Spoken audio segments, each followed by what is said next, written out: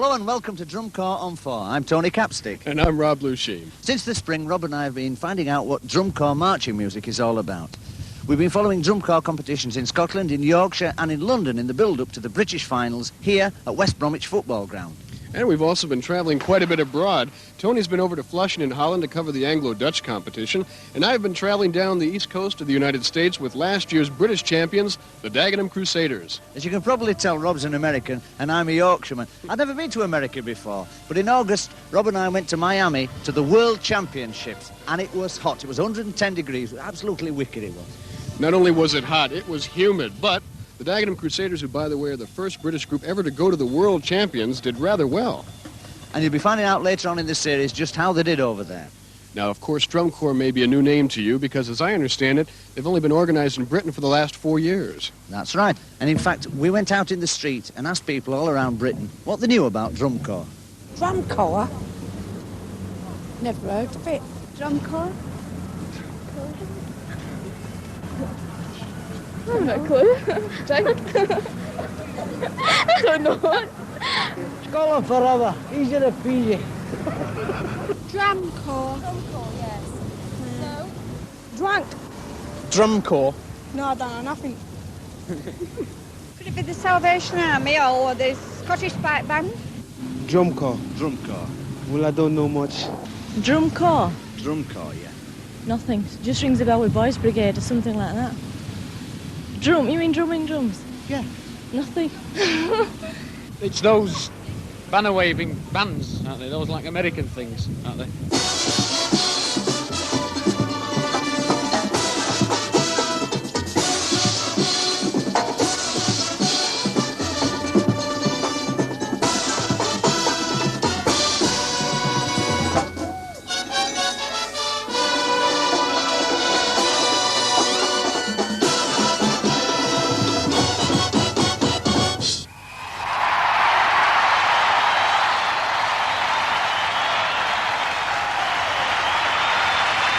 That was the Bridgemen from Bayonne in New Jersey, giving us an idea of what a drum corps really is. It's exciting stuff.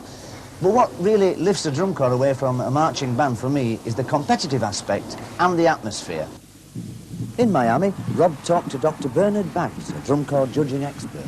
Dr. Bernard Baggs, you've been a judge of these competitions since time immemorial, I guess. Well, I've been a judge since I was an Army band leader in World War II, and then they were looking for people to bring band knowledge into the drum corps activity because it was then starting to blossom into a far more sophisticated procedure, so I'm still around. Let me ask you in layman's language, what exactly do these judges look for? Well, they are, first of all, either brass judges, percussion judges, or marching and maneuvering. What they're looking for is to decide which corps is having new horizons, new standards addressed. As a consequence, they're looking for innovative concepts, and yet they have to have musical depth so that we have the traditional concepts. Is it sound good? Is it in tune?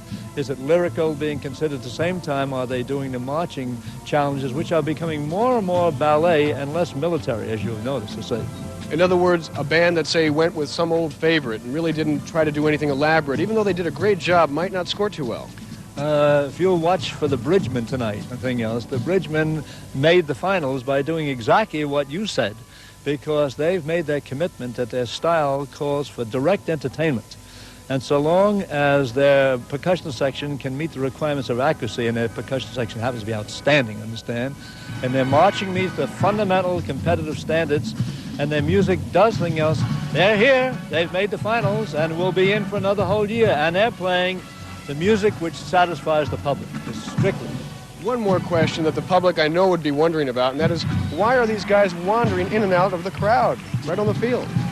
Because they are checking on the individual competence of the brass members. It's that each student must be recital competent. So they have to be up close, in other words. The individual brass judge is checking on the individual competence, all right?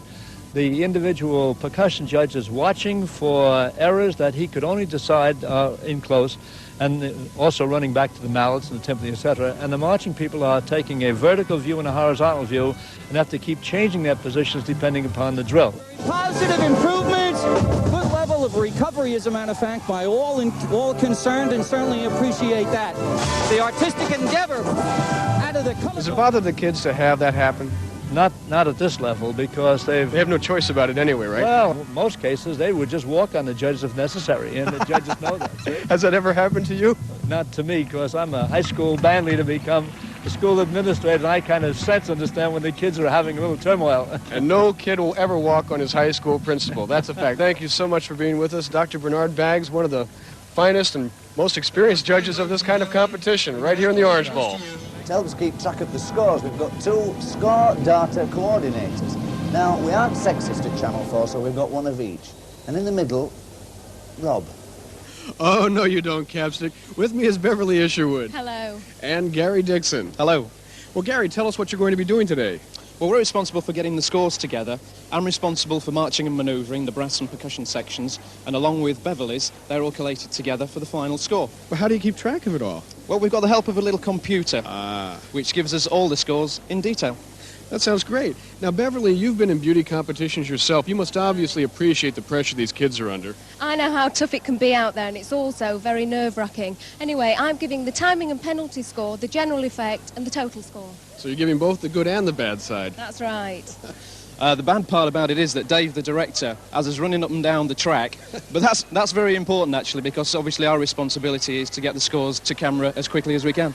Well, you both look like you're in good shape, fit, nice running suits and all that. Not as fit as the boys and girls in the cause, though.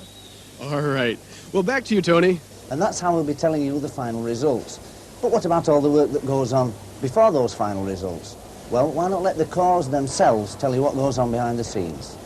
We march on a field and we go out at front and we play as instruments, and we have a colour guard and a rifle guard, and they throw the flags about and the rifles, and it's good. It's just better than marching bands.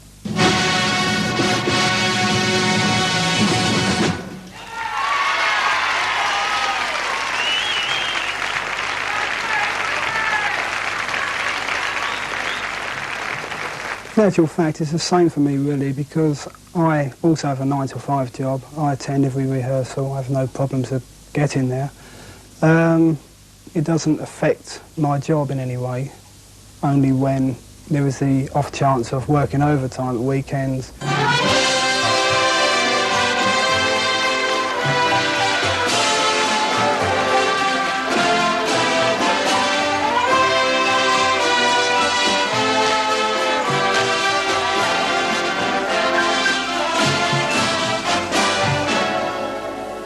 Drum corps is such a big attraction because there's something going on all the time. I know we do spend a lot of time practising and it takes up a lot of our weekends, but you can't explain the feeling when you finished your show and you're out in the field and you're waiting for the presentations, and perhaps you've got 24 counts that haven't been going right and they've gone right that particular show. It's just so much we travel. I mean, obviously we have our ups and downs, but it is so interesting.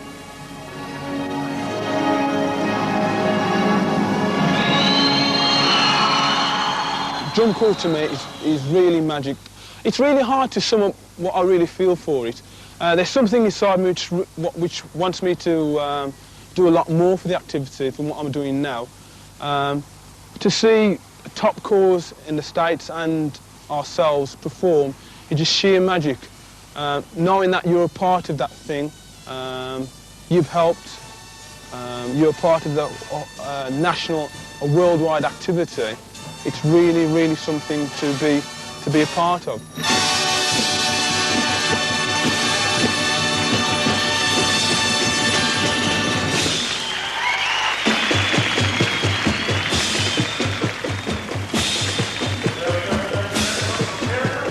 The Beachman!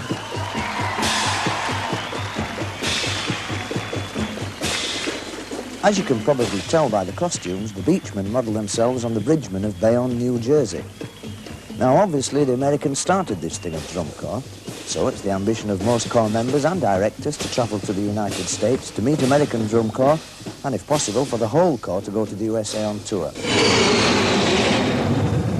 A very expensive business.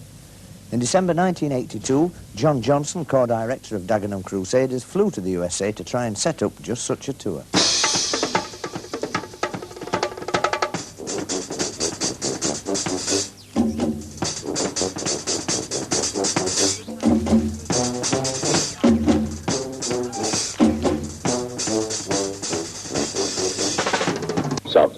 partly cloudy, breezy through Sunday, slight chance of showers. Small craft advisory is in effect. It's windy.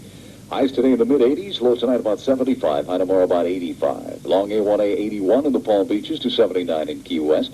Miami has 80 and it's 81 in Fort Lauderdale. Now, a 25-minute music mix on 97 A1A. Well, I'm in Miami because this is the Drum Corps International Marching Music Convention, which is the first time they've actually had a seminar or a number of clinics like this. The beautiful opportunity, as far as I'm concerned, is that I am able to meet the directors of the top drum and bugle corps in the United States, and also to arrange for my corps to actually visit here at this country in August next year for 2 weeks. Well, the corps from Great Britain, Dagenham Crusaders, planning to come here in August for our World Championship. And their primary reason to come here, I believe, is the exposure of their young people to our performing units. They are the very finest drum and bugle corps in Great Britain and possibly Europe. And their growth depends upon the new standard they have to achieve has to be developed. And without the young people understanding what that standard is, their growth will be slow. By being exposed to the drum corps from this country and Canada, they'll get a better feel for what the world standards are, and as a result, their growth will be a lot more significant. So it's important that they come here. It's not so important how they fare the first time or so. Marching music is very important to us. Drum corps from the United Kingdom or any place in the world coming to this country to compete is extremely important to our expansion. We hope at some time in this decade we can begin the process of worldwide competitive marching music, and this is just the very beginning of that whole concept. Like most Americans, we don't know boundaries and we think we own everything. It's very difficult for us to comprehend that another country is important to where we're going because we're so self-centered. You better cut that because I'll get kicked out of this country.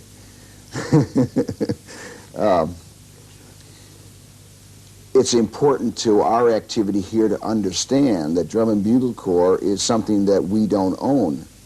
And the corps we've had a corps from Japan, and now the corps from Great Britain will just establish that in the minds of our people. We are also a very helping people. And when the corps comes here next summer, they'll find they'll have everything they need and have more help than they need as well. And we'll feel obligated to do what's necessary to make their stay here excellent and superior experience for the kids.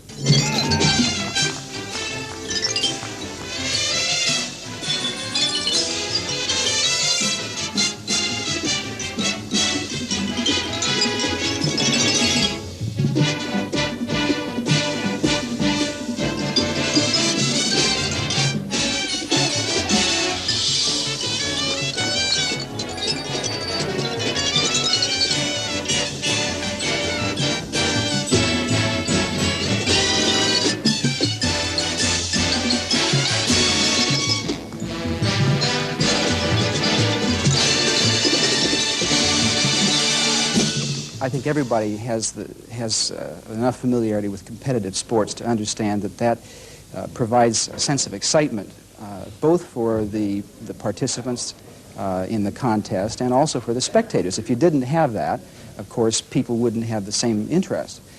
But I think competition in drum and bugle corps is different for a number of reasons. They're not out for blood. There isn't any real physical combat. The competition, in a sense, is with themselves. They are trying to do better than they have done before. I remember last year, the Blue Devils, this is a drum and bugle corps from Concord, California, had a button made up, and the button said, "Beat the Blue Devils." And in a sense, it was a challenge to the other drum and bugle corps, but also it was a challenge to themselves. Now, another aspect to this is that many of the kids in the drum and bugle corps will travel around. They will have belonged to 2 or 3 different corps, perhaps more even. So they know personally many of the kids who were in the other organizations. and they don't have the same kind of antagonism that you might expect. And it's not that they don't, argue and they don't feel that they're squaring off in some way, but at the end of a show, you usually feel a sort of closing of ranks, and everybody usually agrees who the winner of the show was, and they congratulate them. I have myself taken people to these shows, and it always happens the same way. Someone comes, they've been told that it's going to be a wonderful experience. They've been led to believe that it's going to be very exciting, and of course, it's a bit of a hype, if you know what I mean. And yet, the same thing always happens about 2/3 of the way through the show, and this happens because they start with the chords that are not really quite as good as the ones that come on toward the latter part of the show. About 2/3 of the way through the show, the person will always turn and say, "You mean it gets better than this?"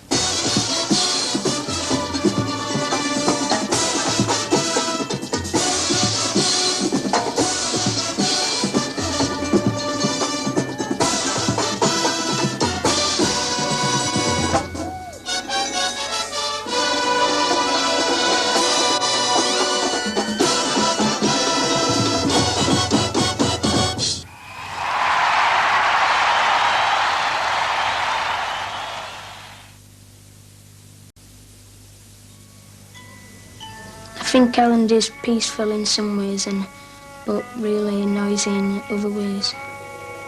Like, sort of like with all kids putting graffiti on the wall. That makes it seem not a town what's nice, but it really is. I think it's nice for walks and like good movers. Can do all sorts in Yorkshire.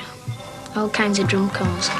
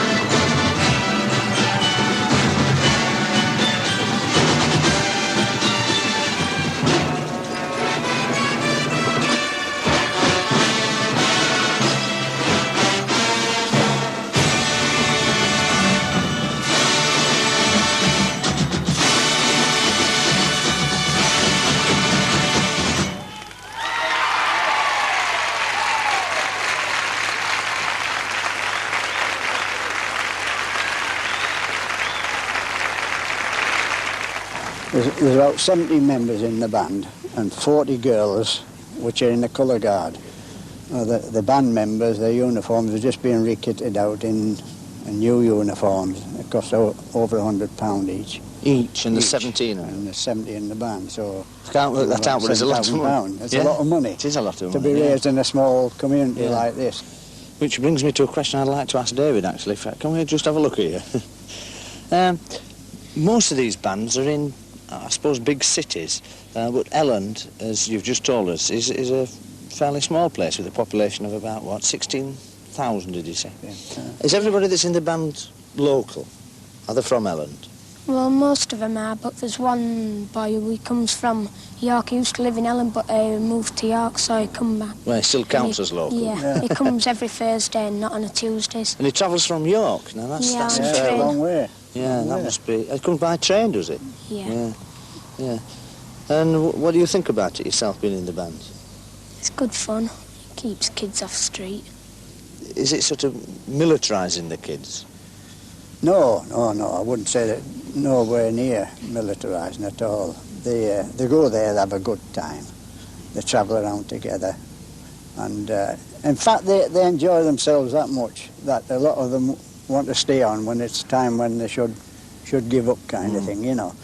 And they've just had the years upgraded from 18 to 22.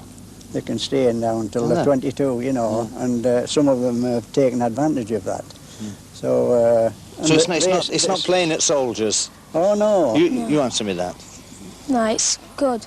You just go there and enjoy yourselves. Learn music, it teaches you. You could make a living one day. You read music? Yeah. Yeah. And you do gymnastics and play games. It's not just all practising all night. You do activities in your spare time and all. And it keeps you fit as well, I suppose. Yeah. How much practising do you do? Well, when my tea's getting ready, which takes about half an hour, something like that, I practice while my tea's getting ready. Well, OK, then, if you're that fit, nip down and get one of them sheep for us and we'll have some lamb chops at your house for us, Steve. We'll get you back, come on. The emblem of the Boys Brigade is the anchor. And ever since we as a unit have been doing competitive band work, since 1961, we've always featured the anchor in any one of our marching displays. And in 1964, it seemed pertinent to us to adopt the trade name, if you like, of anchormen. Purely following the American pattern, which didn't really become popular here, well, maybe only 5 years ago. Everybody has names, trade names, like that now. That's why we did it. And taking that from there, we've followed that through to what we think is a logical conclusion. Insofar as being called the anchormen, we've pursued a nautical image at all levels with regard to, we call us buses after British aircraft carriers. We have adopted naval uniforms for the Corps at all level. All of us music isn't nautical, but we're starting this year with the Seahawk, and we played the music from the Mutiny and the Bounty last year.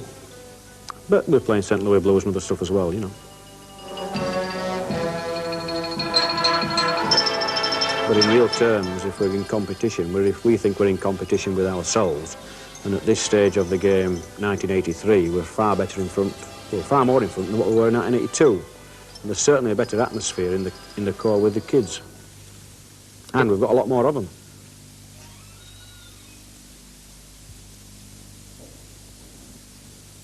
Oh, 25 to 8, we start at 7:30. Look around you. Look, they're all here. Blackley, Jagger Green, makes a difference. He's come from York, right? 7:30. OK? Get your horn out. You've got to be good in corn if Mr. B tells you off, he does right. Because there's some what really want to work, and there's some what mess around but they want to work because of other people. Discipline is a part of the Corps because if you don't want to learn, you've just got to go out and roam the streets. And if you do want to learn, you stay in and do hard work and sweat like out. Therefore, we shall go through now the last year's show music. OK? Now, the ladies are next door, so we shall be trying the uniforms on for sizing, and we'll get the tailor to come next week for the new guard uniforms and to measure you guys up that hasn't got any. So we'll play through now last year's show music for Newcastle. All right? Starting with the Mutiny. Right? Oh, ready? After 4, Mutiny. 1, 2, 3, 4.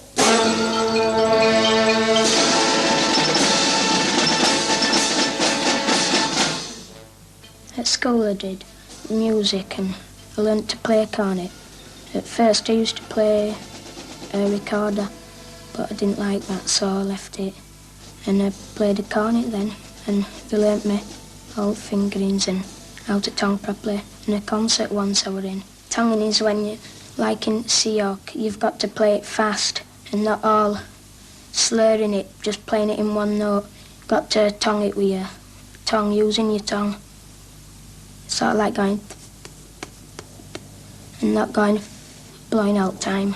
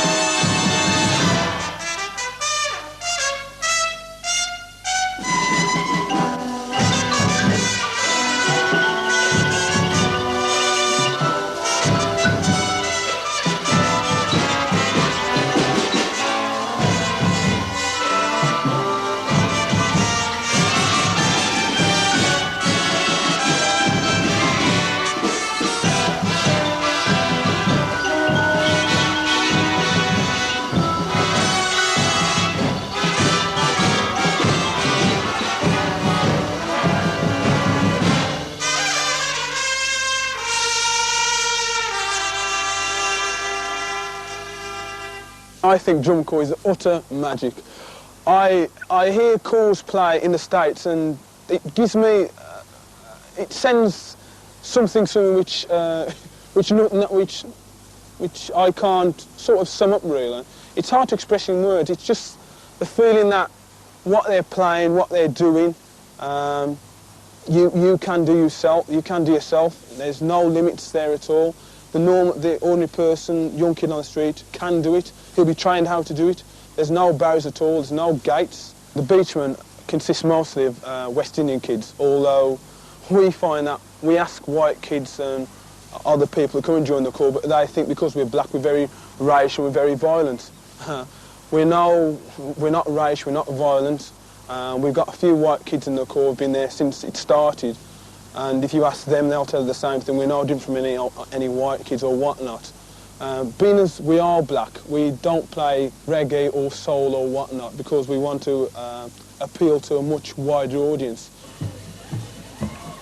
So, let's have a look at the beachmen trying to appeal to that wider audience, because it don't mean a thing if you ain't got that swing.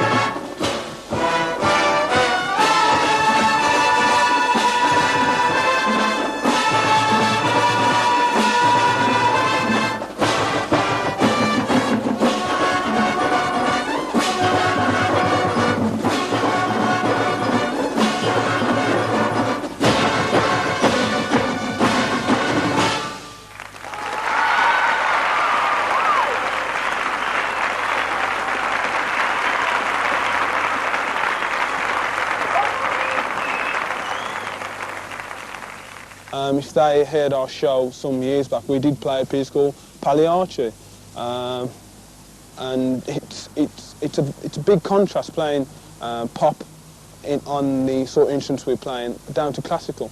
We cater for a wide range of music, and the normal person in the street, when they hear us play, will understand what we're trying to do. Well, we'll appreciate it because we try and cater for the normal person walking on the street. So as they don't, when they hear us play, they don't say, what the hell's that? They will say, oh, I recognise that, and that sounds good. Sorry.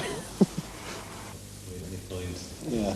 Tell them about how you got in trouble with your wife because you keep spending time at these UK meetings. Trevor Howarth, Executive Director, always in trouble with his wife, and Selwyn Bottomley, always in trouble with everyone. A great deal of time is spent on raising funds to actually run the corps. which means that there isn't as much time to do the thing that they joined for in the first place. A lot of effort goes into fundraising, and it's obviously a very big worry all the time. There is enough money to keep the show on the road, in effect. And whilst there are only, at this point in time, 2 shows in Scotland, all the remainder being in England, it simply means that the English corps have to travel, if they so wish to compete in the Scottish shows, only once. Whereas the Scottish corps, they have to travel south of the border every time they wish to compete. And the Scottish corps, they incur vast expenditure on transportation costs. Money is tight, so obviously our job is far more difficult to keep corps economically viable. You know, when they went from band to drum corps, it cost about £14,000 to equip them with new uniforms and instruments, you know, because they went from E-flat to valves, you know, because they had to be all changed, and because it cost a hell of a lot of money. And that's where we came in, you know, working hard and hard as we could to raise it. As fast as we could raise it, it was being spent, you know. And that's, see, there's another thing there. You get people who say, oh yes, I was sponsored. I remember Tony getting all the sponsors. Oh, I got a lot of money. And when he went to get the money, he said, oh no, we never expected you to do 22 lamps in the bar. I was only have 2 lamps. But new uniforms and instruments are not the only thing you can get through a drum corps.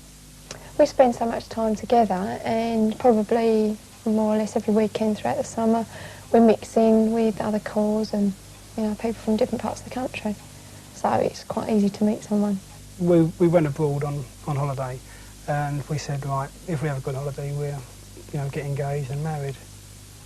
And we had a nice holiday together. Didn't go on each other's nerves or anything like that. And it was okay.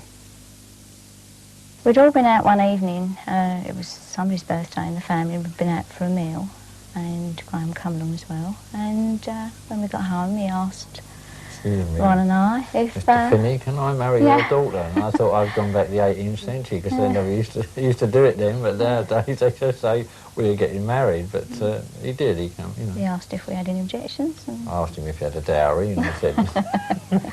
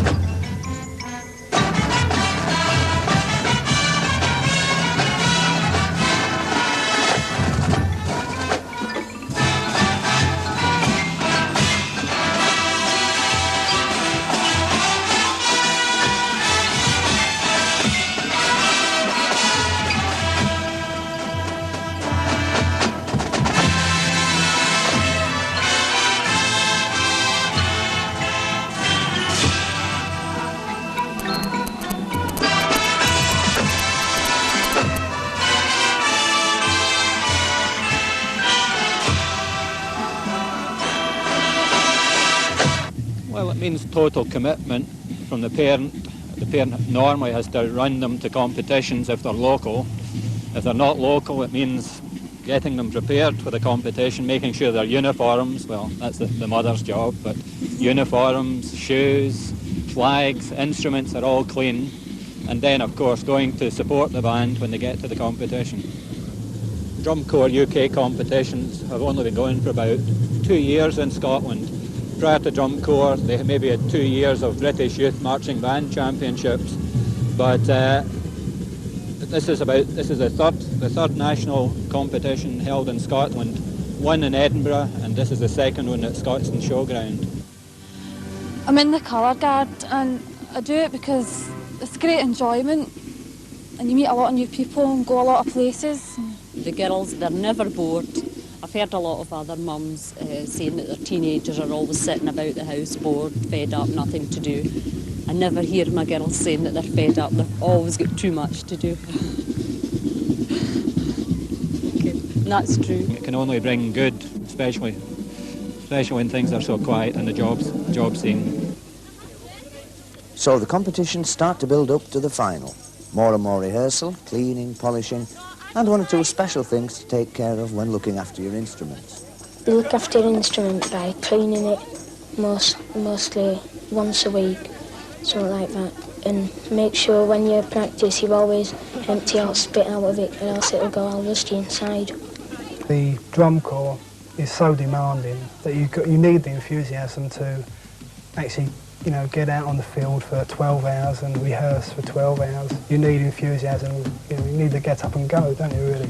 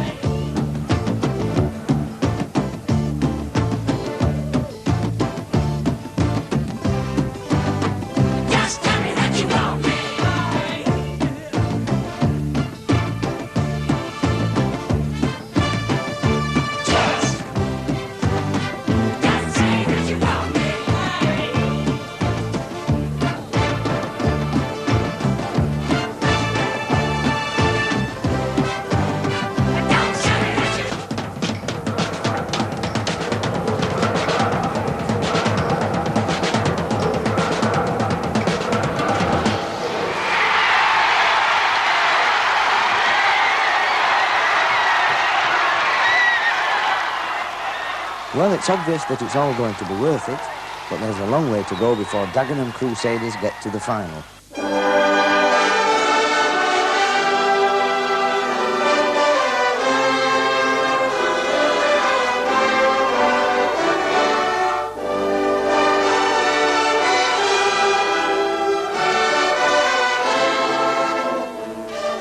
Keith has a long way to go before he becomes part of the brass line of Dagenham Crusaders.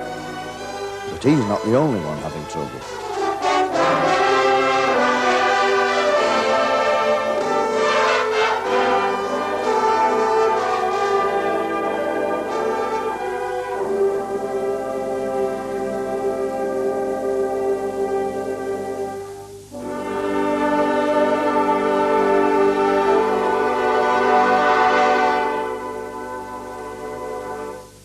Ooh, those lips. Drum corps benefits from music education in this country. It doesn't benefit as much from music education in Canada because Canada's music education programs, especially at the junior high school and high school level, is about 5 to 7 or 8 years below or behind ours. And in Great Britain, probably at the same pace back of our activities. And as a result, the drum and bugle corps activity in Great Britain and in Canada are not benefiting from music education as well as the drum corps in the United States.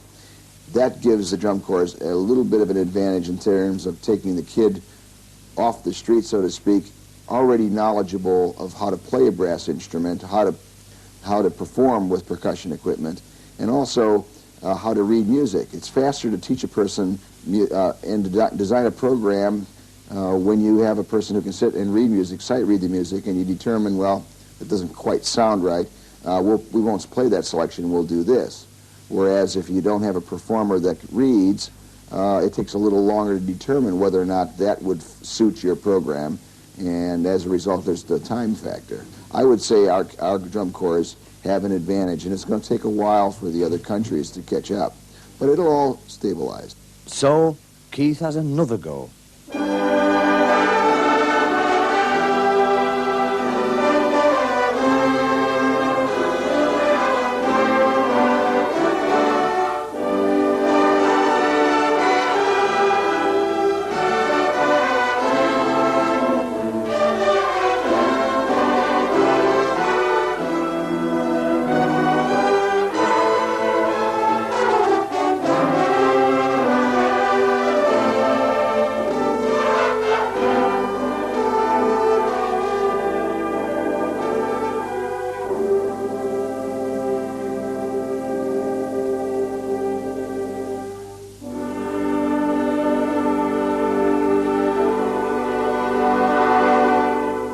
A bit better this time. The rehearsals go on for hours. Drumline, horn line, colour guard, all working towards that first competition. But it's only a matter of time before music education reinforces the drum corps program. Now remember, music education is one thing, drum and bugle corps is another. Music education teaches the well-rounded theories of music, and it communicates it as an art form. And in drum and bugle corps, we just use music and marching as a vehicle to compete, so it's a sport, which may be an extension of music education. However, that music education base is extremely important to how soon we get to where we're going with our sport. Well, let's see if Dagenham has got to where they're going, with Don't Cry Out Loud, performed at this year's final.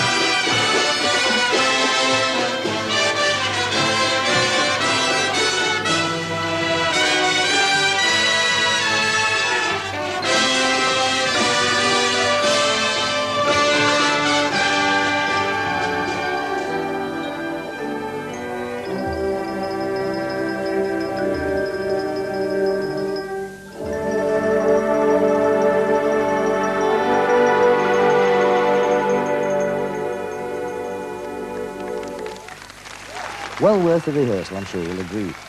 And there are other hardships.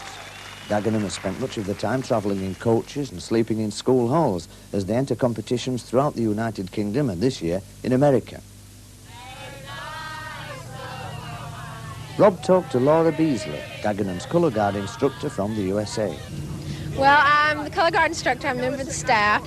I teach the flags and rifles of the Corps. I teach them new routines and work to help them polish and clean the ones that they've already learned.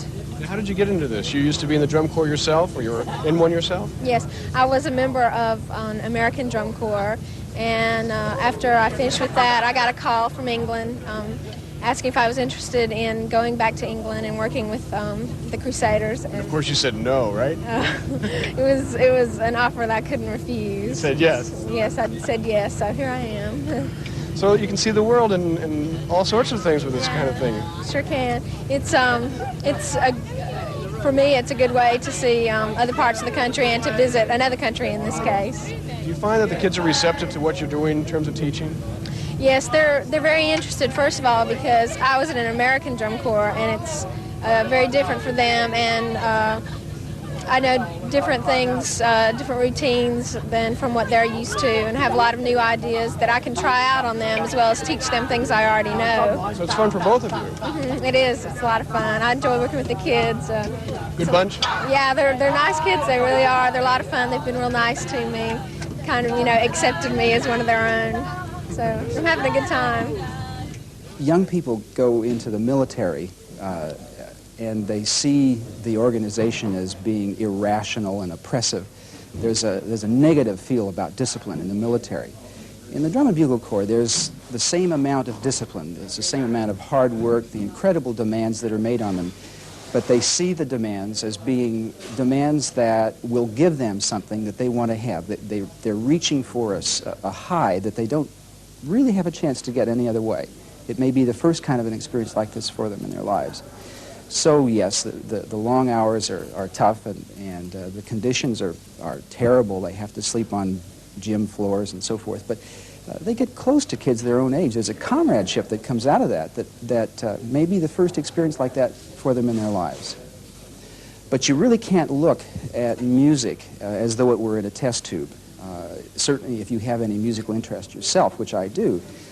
So I abandon all pretense of being objective and scientific. I try to look at it as objectively as I can, but the reality is that after I saw my first show, I saw immediately that it was something that I wanted to participate in as a parent, as a supporter, as a proselytizer, if you will, because I have seen so many good things happen to the kids who are in the activity, and I see wonderful things happen to people who are just spectators and who have the experience of going to the shows and seeing something really worthwhile which they hadn't suspected existed. There are 6 more programs in this series, and I hope you'll stay with us to the build-up of the World Finals at the Orange Bowl in Miami. And we leave you with more of the Bridgemen from New Jersey, playing our theme tune, Black Market Juggler. Oh, and by the way, there's more to come. The Bridgemen only came 11th. See you Thursday.